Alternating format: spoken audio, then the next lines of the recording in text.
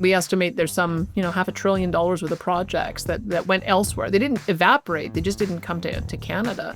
And so that's why we think that if we get the investment climate right, those dollars will come back. Welcome to WONK. Canada's anti-tariff efforts are all part of a new spirit that seems to have knit the country together. But whatever ambitions the federal government might have, the rubber meets the road in the provinces and the territories. And with a growing list of major projects, the hope is that Canada can strengthen our economy. On the list of hoped-for projects is not a pipeline from Alberta to BC. It seems to be a lightning rod for some very familiar-feeling inter-provincial disputes. The Premier of Alberta, Danielle Smith, joins us now. Premier, thanks for being with us. Yeah, my pleasure. I'm starting there, not to belabor it, because I think you've said you're still optimistic. Well, let's start there. You're still optimistic that there will be a pipeline from Alberta to the BC coast. Yeah, because our negotiation with the federal government is more than just a single project. It's actually two projects, because we've been linking the Pathways project to have a lower emissions barrel going through our future pipelines with the need for a new bitumen pipeline going to Asian markets. So those two things are together. But we also know that you have to have investor confidence back in order to have the expansion in the production that is going to fill that pipeline. Because the way pipelines are normally built is that a pipeline proponent would go out, they'd line up those who want to put their product on it, and then we'd be able to get private sector funding for it. Well, no one's going to expand their production if they face an emissions cap, which would force them to shut in. No one is going to expand if we have really aggressive and expensive carbon taxes that are being implemented by 2030. So these are the reasons why we have to look at the 9 bad laws that have impacted our investment climate, as well as those two projects. And the signals are all there that the government is in the budget. The government is taking another look at those emissions caps and playing with the price on carbon. As you say, a grand bargain.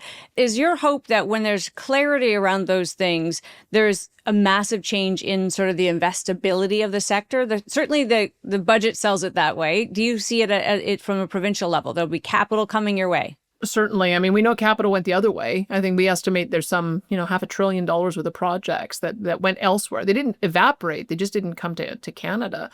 And so that's why we think that if we get the investment climate right, those dollars will come back.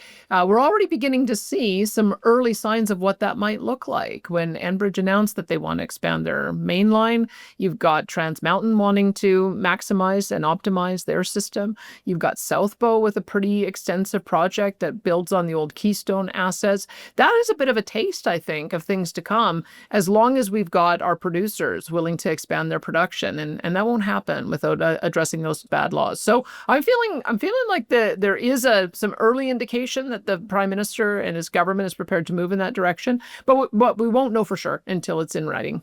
And of course, even if we are moving in that direction, there's still a province to contend with. There were some strong words, I thought, from the Premier of British Columbia around a pipeline and whether it even exists except in somebody's imagination, as to paraphrase what he said. What do you make of that? And do you think there's a way around that, literally and figuratively?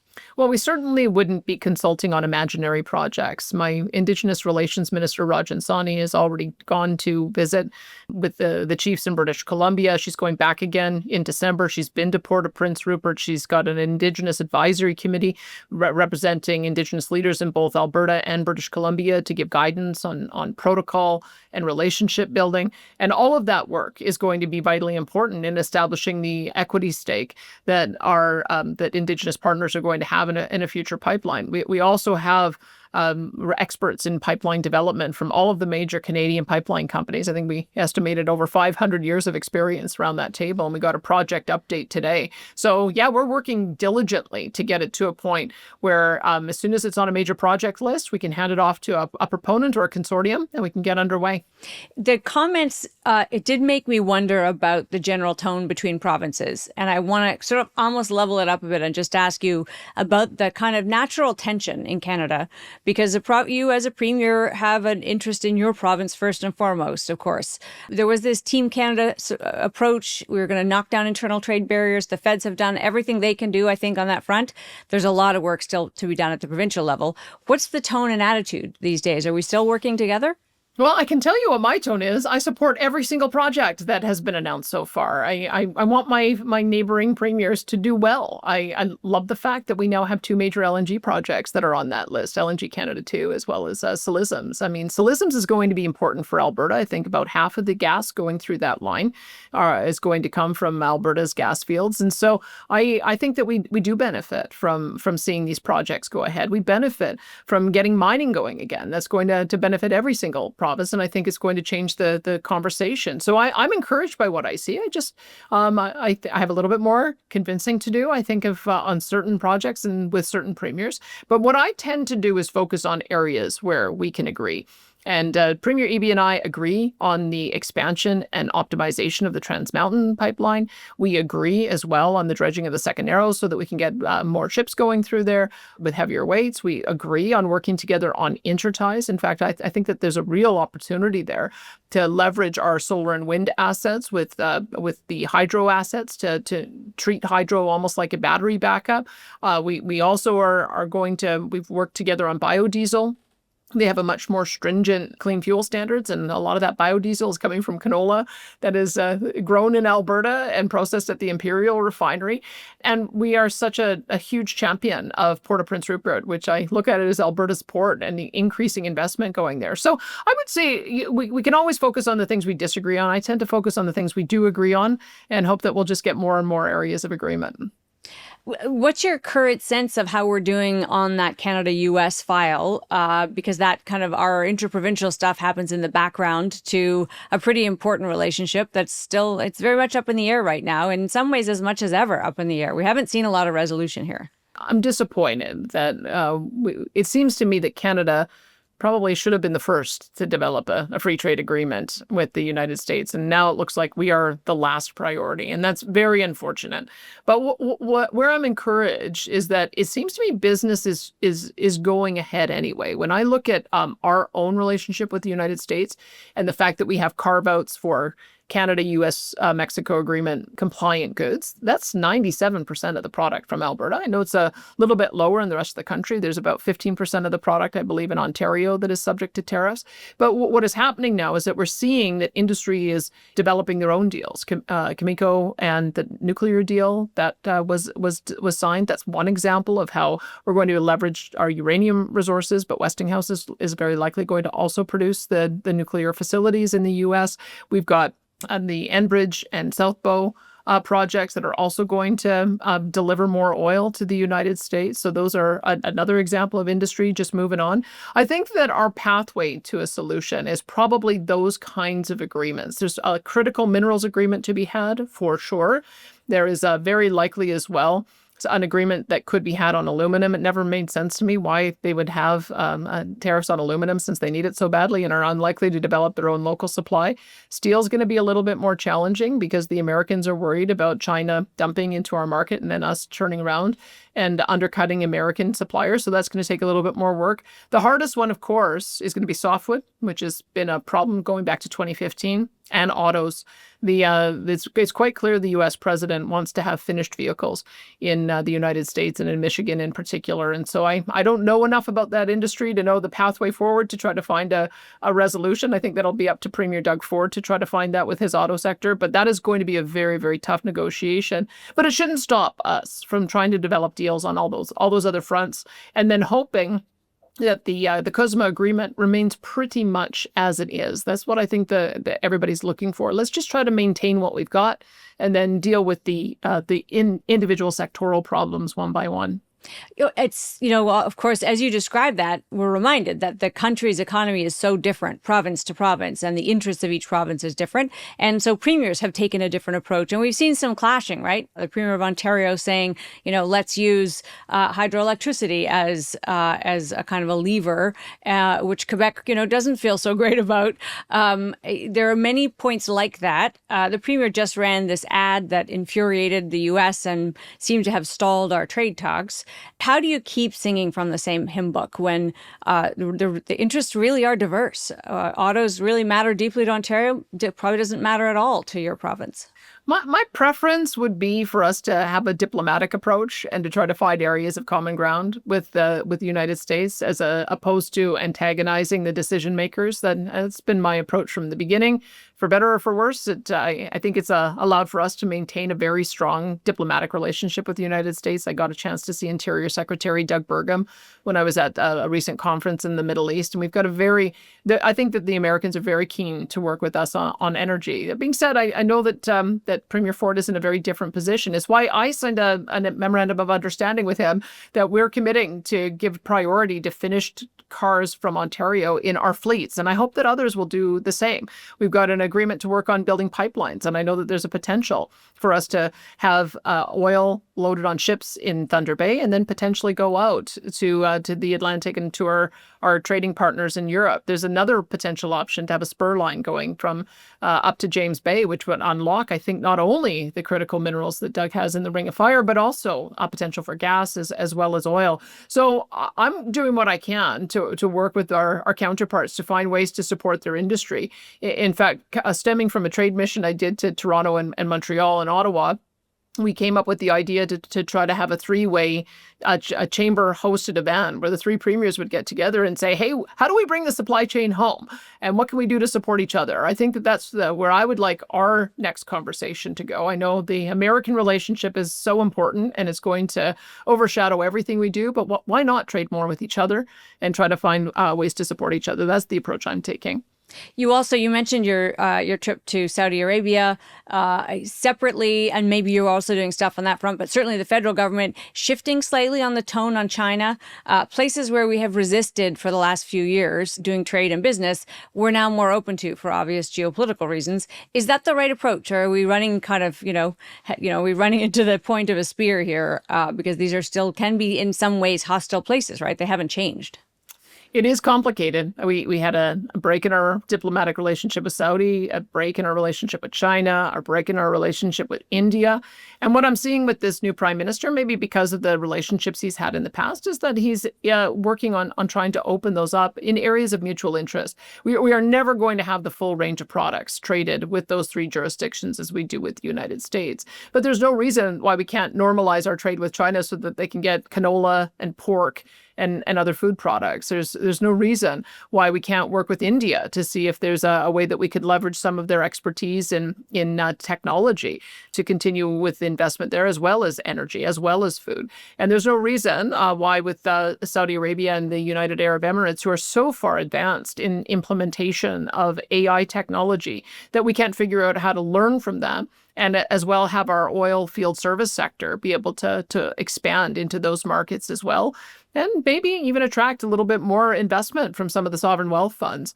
Mubadala was one of the original investors in the Nova project. It's now been transferred over to XRP, which is a UAE-based company, and they're looking for more investment opportunities in Alberta because they're familiar with us. If we can have those kinds of partnerships, I think that also will be good for the entire country. So having a limited agenda, I think, in each of these complicated jurisdictions to find areas of common ground, that's what diplomacy is all about. And it does seem to me the Prime Minister is opening the door for that.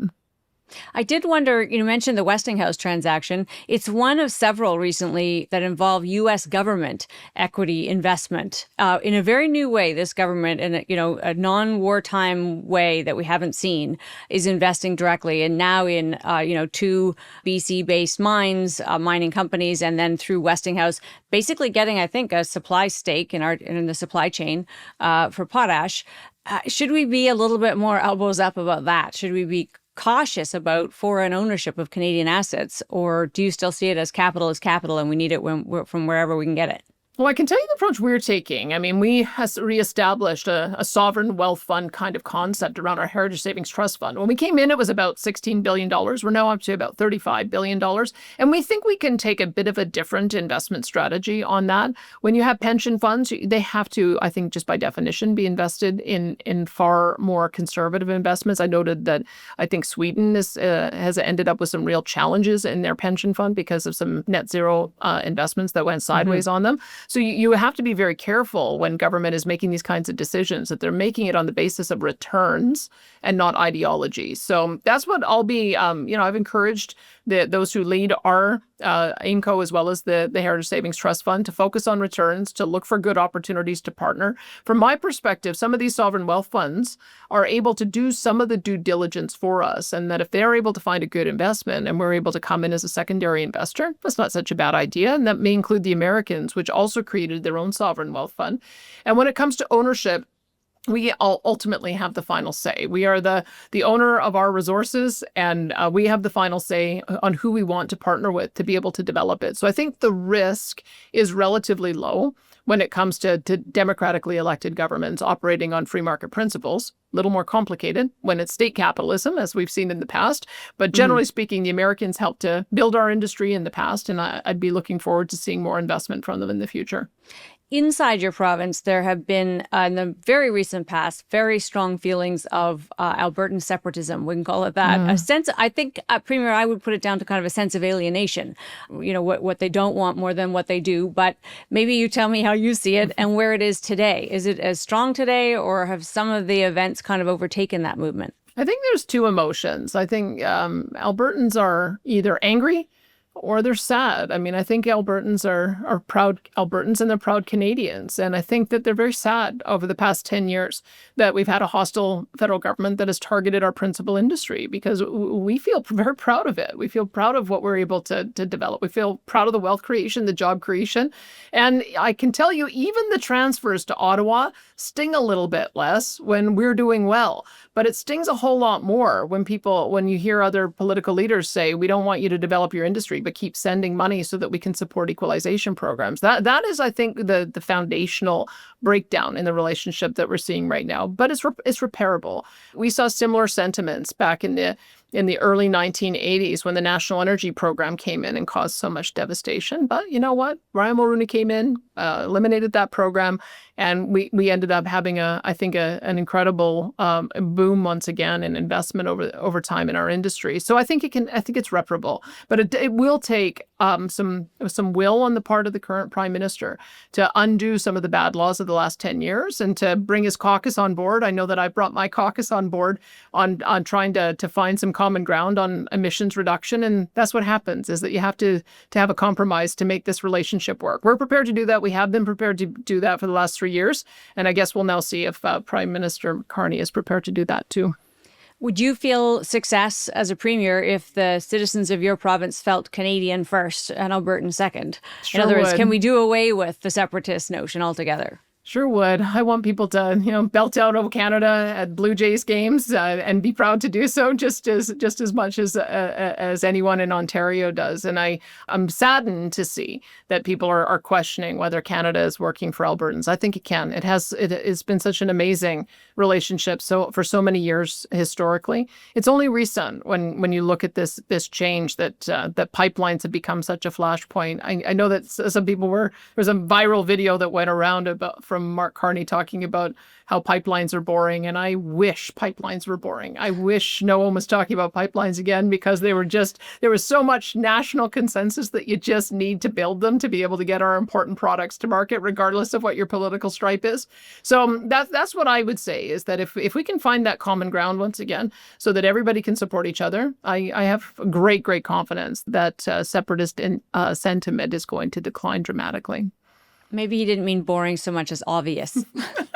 Maybe. They have to happen, maybe is what he meant. I am fascinated by pipelines, but I'm a little bit weird that way. You might be. You might be alone on that. Your party is gathering at the end of this month, and I think it's fair to say that you actually make an effort to adopt kind of the grassroots sort of proposals that come. So, and that's the setup for, I'm going to list some of them, because I'm wondering if you'll make an effort to adopt them, including bringing back coal. Is this a genuine thing that Alberta would look at? We have put some conditions around coal, especially metallurgical coal. I mean, one of the things I like to say is you can't make wind turbines without steel. You can't make steel without coal. You also need to make solar panels with coal. So if you support alternative energy or renewable energy, you have to support the production of steel. So I think that there is a case to be made for that. But it has to be done responsibly. So we put forward coal policy.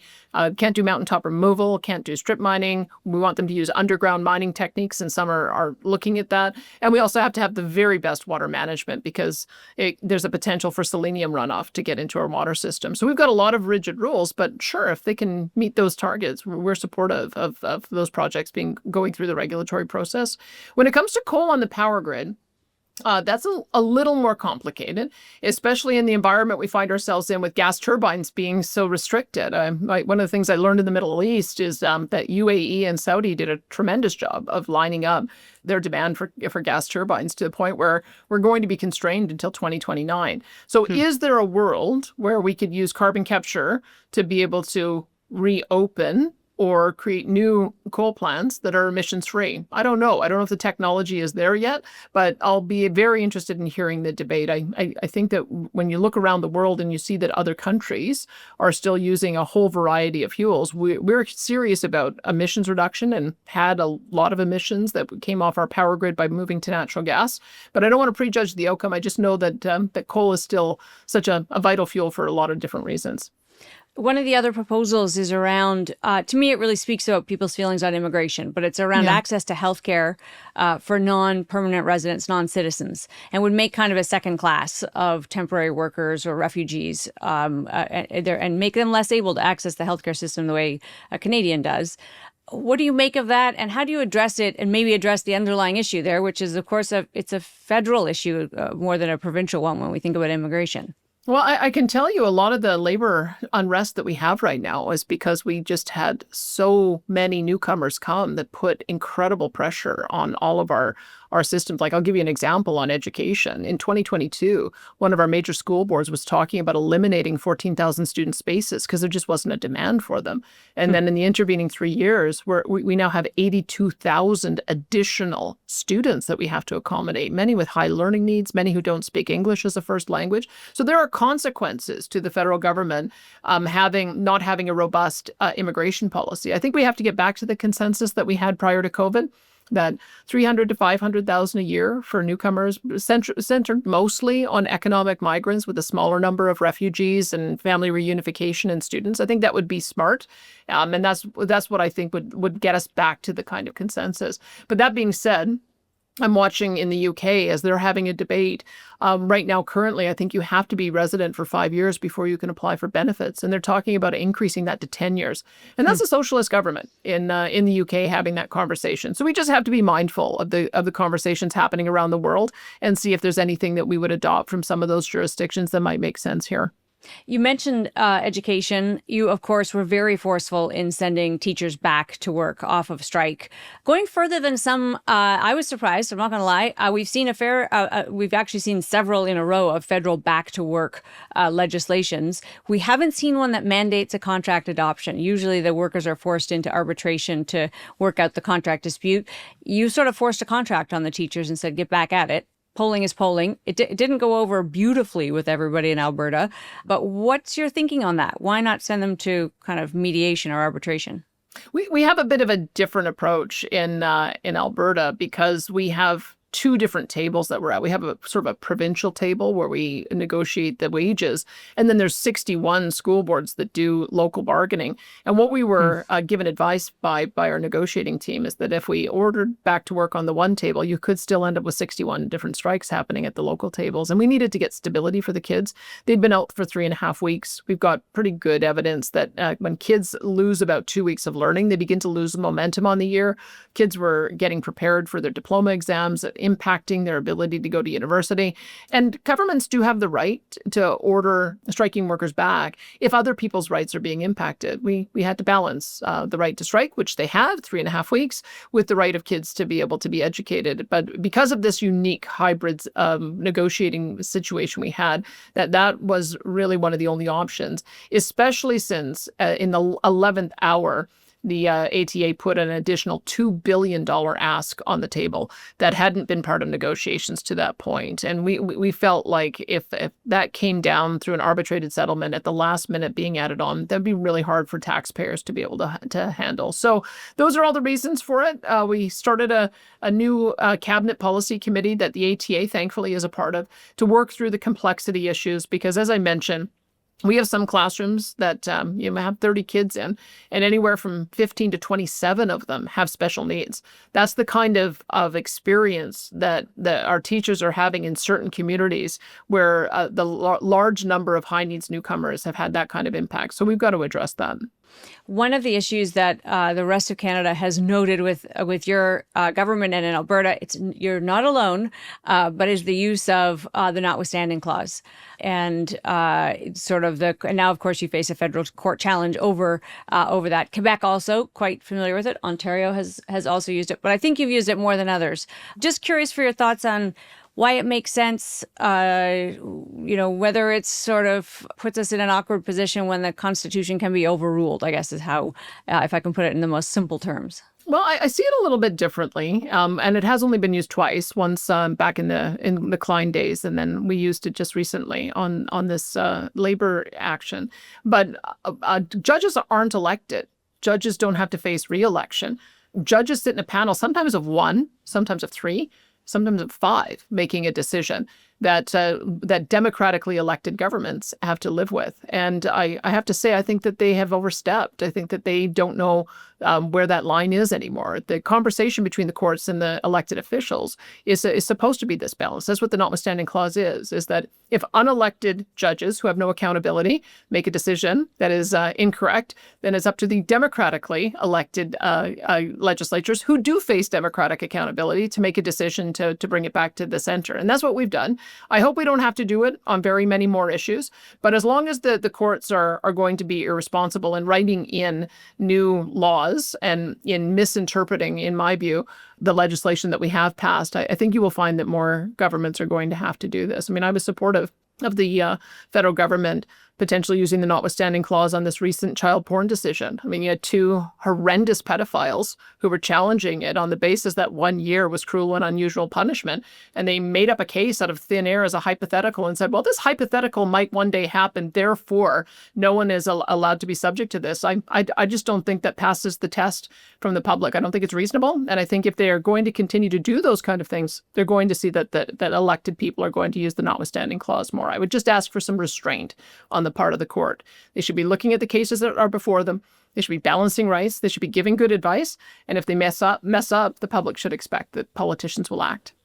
It feels to me as though I don't quite know how to phrase this, but it feels to me as though you're enjoying yourself as a leader. It's a super complicated time, and I can almost guarantee, because nobody knew the U.S. would behave the way it has, that you couldn't have guessed you'd be leading through this kind of time. But the relationship with Ottawa feels better. I'm curious for your take on the budget and whether you think will there be kind of real dividends out of sort of this. Maybe do you think it's a transformational, generational budget? The words they used. Are you just feeling more optimistic, I guess, about that relationship in Canada right now? Well, I think that Canadians need to understand that we're all broke. Every government, our government too. I mean, when we look at $60 oil, we need $74 oil to balance our budget, and it looks like it's going to be lower than that for some time. So even Alberta is facing a $6.5 billion deficit this year. Every province is in the same boat. The federal government is even worse.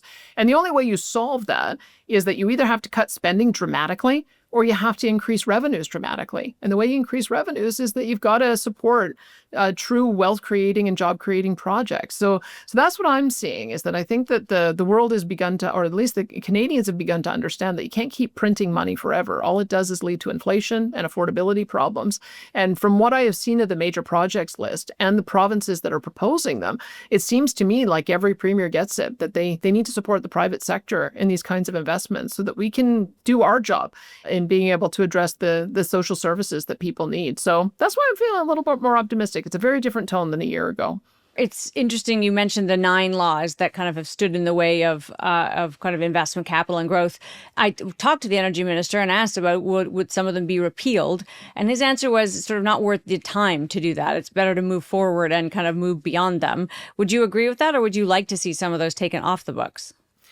Repealed, revised, carved out, not implemented, some clear statement that we're going to be turning the corner on a bunch of those. I understand where the federal government is coming from. This is part of the reason for the 2-year major projects timeframe, is that they're essentially having to create a workaround process on the terrible laws that are interfering in the investment climate. And it would take a long time, I think, to undo those. But I think it's a parallel process. Let's prove to the world we can get things built, and then let's work on revising the laws at the same time, even if it's a longer time frame. I think we can take that kind of hybrid approach. I don't think it does us any good if we are if the only way to get a project built is to be on the major projects list. I think that would be negative. I think we do need to look at some of the foundational problems that are scaring away investment, and maybe use this major projects process to figure out how to ensure that we have something like the Energy Dominance Council in the U.S., coordinating between different levels of government, coordinating between different agencies. I think it's incumbent upon all of us, provincial and federal, to figure those processes out. And so I think it's a good process that we've started. And if it leads to legislative change, ultimately, all the better. I have to leave it there, Premier, but it's great to have you with us. Appreciate your time. You bet. We'll talk to you again. We've been speaking with Danielle Smith, the Premier of Alberta.